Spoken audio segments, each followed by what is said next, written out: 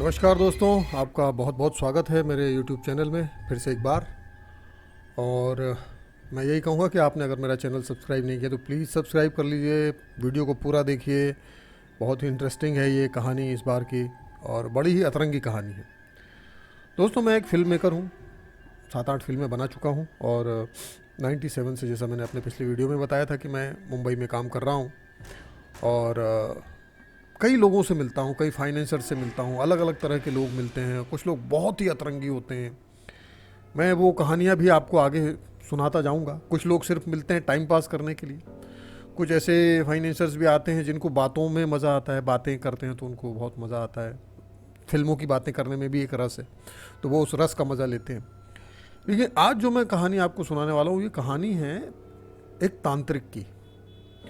और मुझे, जैसे हम लोग फिल्म के लिए फाइनेंस ढूंढते हैं तो मार्केट में कई लोग होते हैं जो फाइनेंस का काम करते हैं और लोगों को लोगों से मिलवाते हैं। जो पैसा लगाने वाला होता है उसको डायरेक्टर से मिलवाते हैं, प्रोड्यूसर्स को मिलवाते हैं। तो ऐसे ही एक बंदे ने मुझसे कहा कि सर, एक बंदा है और वो फिल्म में इन्वेस्ट करना चाहता है, तो क्या आप मिलेंगे? मैंने कहा हाँ भाई बिल्कुल, क्योंकि मैं तो सभी से मिल लेता हूँ फिल्म फाइनेंस के नाम पे भाई, सबसे मुलाकात हो जाती है। तो मैंने कहा हाँ हाँ ठीक है, लेके आ जाओ उनको ऑफिस में। तो तय हुआ कि भाई 10 तारीख को वो है जो मिलने के लिए आएंगे आपसे ऑफिस में। आप रहिएगा, 1 आध घंटे का समय निकाल लीजिएगा। मैंने कहा ठीक है। अब मैं ऑफिस पहुंच गया तयशुदा टाइम पे अपने, और उनका वेट करने लगा। तो थोड़ी देर बाद उनका कॉल आया, वो जो बंदा था मीडिएटर, कि सर वो आ गए हैं, नीचे हैं और वो ऊपर आ रहे हैं। मैंने कहा ठीक है भाई, आओ आओ। तो वो आए। पहले तो मैं उनका हुलिया देखकर चौंक गया साहब, कि धोती कुर्ता और बड़ी ही अतरंगी सी कॉस्ट्यूम थी उनकी, और बड़े अजीब से दिखाई दे रहे थे। तो भाई अब वो फाइनेंसर हैं, अब वो अजीब हों जो भी हों, मालिक है भाई। तो मैंने उनको बैठने के लिए कहा, चाय पानी पूछा और फिर बात शुरू हुई। ये बात काफ़ी पुरानी है। मैं उन दिनों आरुषि तलवार के ऊपर फिल्म बनाना चाहता था और मैं काफ़ी हद तक आगे बढ़ गया था, और मैंने कहानी भी लिख ली थी और एक प्रेजेंटेशन था, और उसकी भी एक अपनी कहानी है। मैं कभी आपको अगली बार वो सुनाऊंगा। वो बहुत ही ख़तरनाक कहानी है कि आरुषि फिल्म के लिए जब मैं प्रेजेंटेशन बना रहा था तो उस दौरान मेरे साथ क्या हुआ। खैर, मैं बैठा, उनको मैंने कहानी सुनाई और उन्होंने कहा अच्छा, तो आप आरुषि तलवार पे फिल्म बना रहे हैं? मैं कहा जी। बोले मैं आपकी अभी आरुषि से बात करा सकता हूँ। मैं कहा है? मैं कहा अब क्योंकि भाई अब सामने वाला कह रहा है तो मैंने कह दिया हाँ जी कराइए। तो उन्होंने कहा ठीक है कराते हैं। उनके जो 4 शिष्य आए थे साथ में, मतलब 4-5 लोग आए थे ये लोग, तो 4 शिष्य आए थे। इसमें जो मीडिएटर था वो भी उन्हीं का शिष्य था, ठीक है। अब वो चारों शिष्य उठे और नीचे, मेरे ऑफिस में नीचे जो फ्लोर होती है उस पर बैठ गए, ऐसे आलती पालती मार के, जैसे साधना में इंसान बैठता है वैसे बैठ गए। और अब साधु महाराज जो हैं, साधु महाराज बोल रहा हूँ, जो तांत्रिक महाराज हैं, इनका निर्देश चल रहा है। उन्होंने कहा आंखें बंद कर लो, सभी अपनी आंखें बंद कर लो। तो वो जो चारों शिष्य थे उन लोगों ने, और इसको मिला के 5 जो मीडिएटर था, 5 ने अपनी आंखें बंद कर ली। अब वो कहते हैं तुम्हें नींद आ रही है, गहरी नींद में जाओ, नींद में जाओ। अब वो 5 ऐसे ऐसे हो रहे हैं, ठीक है, जैसे उनको बहुत नींद आ रही है। मैं बोला भाई ये क्या चालू हो गया भाई अब, लेकिन अब बीच में अपन रोक नहीं सकते ना, अपनी भी खुजली थी, अपन ने बोल दिया भाई कराओ आरुषि से बात। अब वो ऐसे ऐसे हो रहे हैं, फिर उसके बाद कहता है लेट जाओ। अब वो 5 मेरे ऑफिस में इधर उधर रेंगते हुए लेट गए। सो जाओ, तुम बहुत गहरी नींद में जा रहे हो, बहुत गहरी नींद में जा रहे हो। अब वो उधर गहरी नींद में जा रहे हैं और मैं पता नहीं कौन से थॉट में जा रहा हूँ कि साला मैं फिल्म के फाइनेंस के लिए इससे मिल रहा हूँ, और ये मेरे को पता नहीं क्या राज पिछले जन्म का पुनर्जन्म की कोई कहानी दिखाने लगा है। कौन सा जादू टोना चालू हो गया मेरे ऑफिस में। कोई आ जाएगा तो क्या सोचेगा, क्योंकि मेरा पोस्ट प्रोडक्शन का ऑफिस था, स्टूडियो था, मतलब उसमें पोस्ट प्रोडक्शन भी एडिट होता था, लोग आते जाते रहते थे। अब ये सामने वाले जो इलाका था उसी में हो रहा था जहाँ से लोग आना जाना करते हैं। अब मैंने कहा भाई चलो जो भी है जल्दी निपट जाए बस ये। अब वो पांचों सो गए हैं और ये महाराज कह रहे हैं और गहरी नींद, और गहरी नींद। वो और गहरी नींद भाई, अब वो मेरे को तो नहीं समझ में आ रहा, मैं देख रहा हूँ और बस थॉट में हूँ कि हम क्या हो रहा है साला, ये तो अनएक्सपेक्टेड सा हो रहा है मेरे साथ। अब वो पांचों जो है वो शायद सो गए, तो महाराज का अगला निर्देश आया, दिल्ली जाओ, दिल्ली जाओ। अब मुझे, मैं एक्चुअली इन सब चीज़ों को उतना मानता नहीं हूँ, तो मुझे हंसी आ रही थी यार, पर मैं अब कंट्रोल कर रहा था कि मैं अगर कहीं कुछ बोल दूँ, कुछ हंस दूँ तो पता नहीं क्या होगा। तो मैं बोला चुपचाप खेल का मज़ा लीजिए साहब, क्योंकि ये फिल्म तो बनने से रही, अब बस आप मज़ा लीजिए जो है माहौल है उसका। अब वो साहब पांचों दिल्ली पहुंच गए होंगे। अब वो दिल्ली पहुंच गए तो कौन पहुंच गया दिल्ली, हाथ उठाओ, किसी का हाथ नहीं उठा।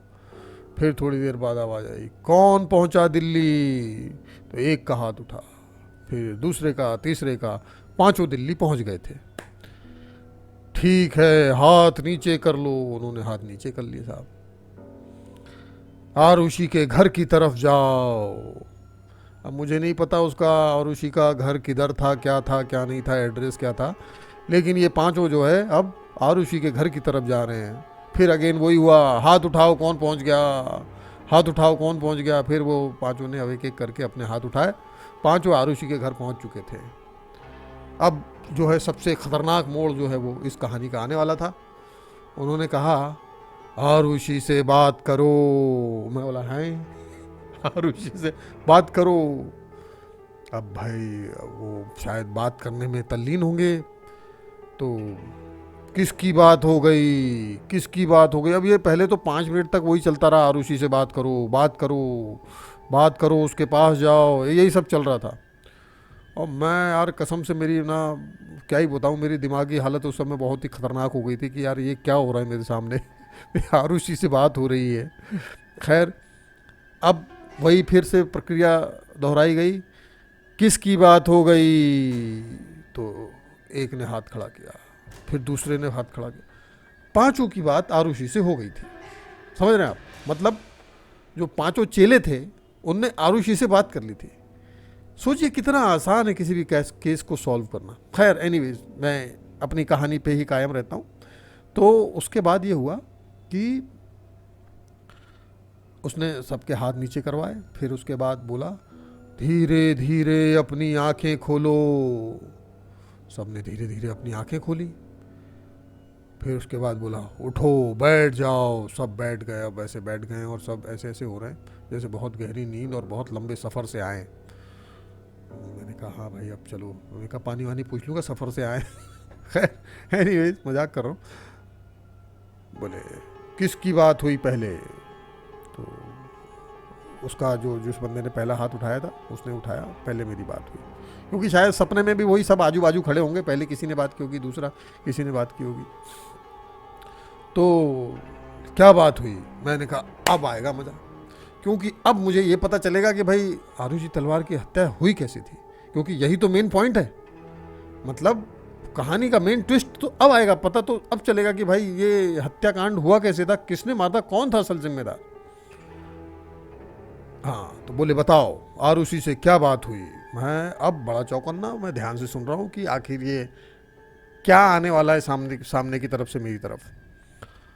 तो कहता है आरुषि का एक बॉयफ्रेंड था। बस।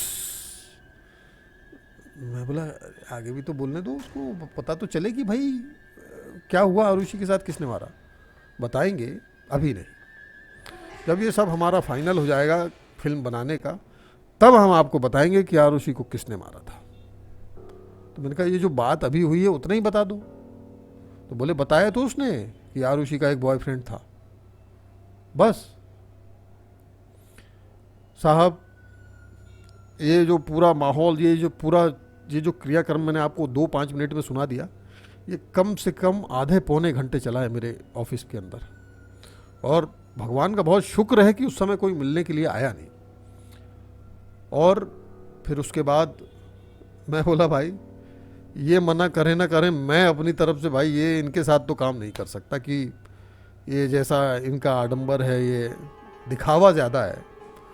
क्योंकि मैं नहीं मानता कि उन्होंने आरुषि से बात की या बात करवाई, बिल्कुल फेक था ये सब कुछ, इतना आसान है नहीं। और अगर होता तो पुलिस फिर ऐसी चीज़ों में इन लोगों की सहायता लेगी ना, फिर इतना आसान हो जाएगा हर केस को सॉल्व करना। एनीवेज वो मेरा मैटर नहीं है, लेकिन साहब फिर वो लोग चले गए और मुझे कई दिनों तक उनका कोई कॉल नहीं आया, क्योंकि वो भी इतना तो समझ ही गए थे कि मेरा इसमें कोई इंटरेस्ट है नहीं, मैं इन सब चीज़ों को नहीं मानता, मैं उनका भक्त नहीं बन सकता, और मैं इन सब चीज़ों पे भरोसा करता ही नहीं हूँ, मैं सवाल करता हूँ। खैर एनीवेज वो चले गए और थैंक गॉड। पर ये घटना साहब मैं आज तक नहीं भूला, और ये मैं कई बार कई लोगों को कई अवसरों पे सुना चुका हूँ, और ये हर बार मुझे उतनी ही इंटरेस्टिंग मज़ेदार लगती है, और मुझे बड़ी हंसी आती है अपने आप पर कि मैं कैसे माहौल में किसके साथ फंस गया था फिल्म फाइनेंस को लेकर।